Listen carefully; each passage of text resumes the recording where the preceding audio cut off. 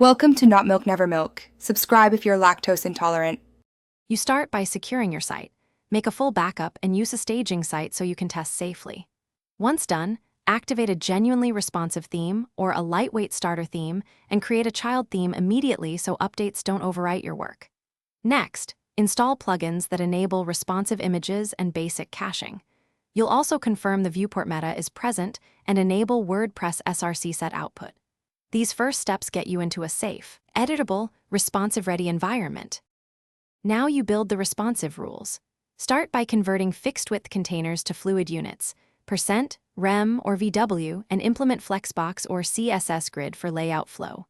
Then add targeted media queries for common breakpoints, mobile, tablet, small laptop, and desktop, and adjust column counts and padding accordingly. Make sure typography scales with clamp or responsive font size logic so text remains readable. Use WordPress src set and picture elements to serve the right image size, and enable laser loading to reduce mobile payloads.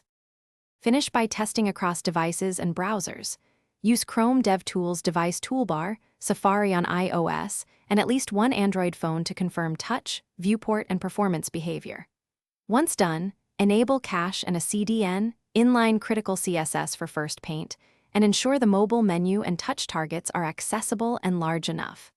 If something goes wrong, first disable recent plugins, inspect CSS specificity, and revert child theme changes in staging. This quick troubleshooting path usually reveals the conflict and restores responsive behavior. Thanks for watching. If this was helpful, leave a like and consider subscribing. See you next time.